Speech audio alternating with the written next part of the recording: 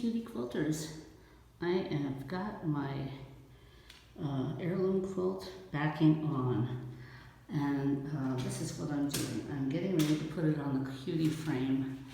In order to do that, I found that I have to just lightly on the edges in the middle baste with my micro stitch gun.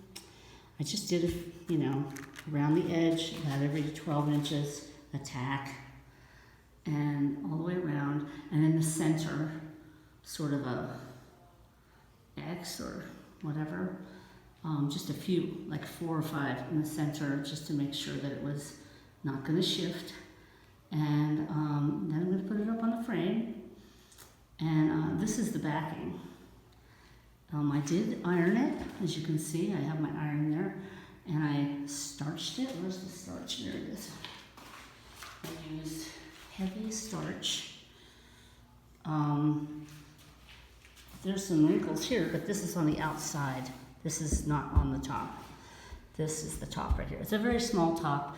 It's a little lap quilt, but I got a wide back, and my husband wanted this. So I'll have a lot left over for my scrappy quilting. Looking forward to it.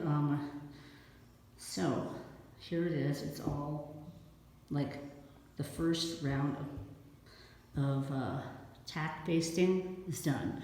The reason why I did it that way, before, I've just always tack basted. That's it. I never thread basted after I got this tack gun. But I spent a good week picking out these little tacks because I had thousands of them all over the quilt. It was a king-size quilt. So I decided I wanted to learn how to thread baste on the hoop frame, the Cutie hoop frame. Now the Cutie hoop frame, as you know, is a tabletop hoop frame by the Grace Company. And we love it. We're Cutie Quilters. And today I'm going to baste on the Cutie frame. I don't see where that's been done, so this is a new one. And we'll find out. Now, it has been done on the true mid-arms, like the Q15, the Q, whatever, the long arms that they sell. Quilting by, they do it all the time because they have a basting mode. Now, I have what you call a domestic mid-arm. It's the brother PQ1500s, and the SL is the same machine. Those of us with these kind of machines, or the Jazz 2, or whatever you use, a domestic mid-arm, wouldn't it be nice if we could baste on the frame? I think it would be.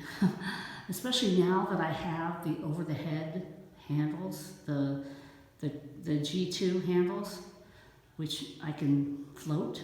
That would be really great if I could baste it first. Thread baste it. So, because this, here, let me show you the top to this. This is a quilt top that has 1,000 seams in it. Anything could happen. I have to baste this down.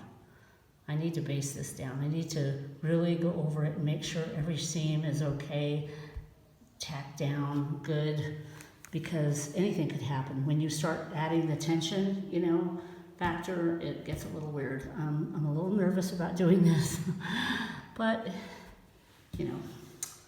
it's an experience. So this will be interesting. The next video you see from me will be this on the frame, beginning to baste. Okay, so stay tuned. See you later. Happy quilting.